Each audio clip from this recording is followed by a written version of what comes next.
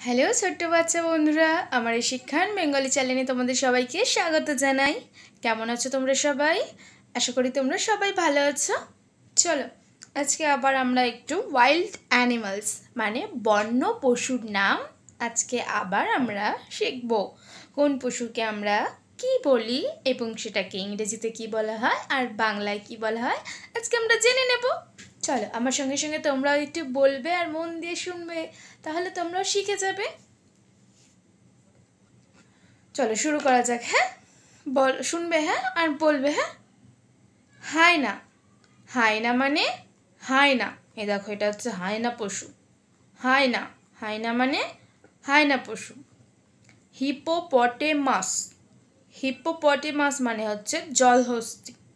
Hippopotamus মানে জলহস্তি। এই দেখো, এটা হচ্ছে জলহস্তি, জলে থাকে।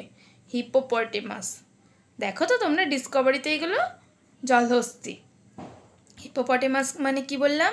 জলহস্তি। জেব্রা। জেব্রা মানে জেব্রা।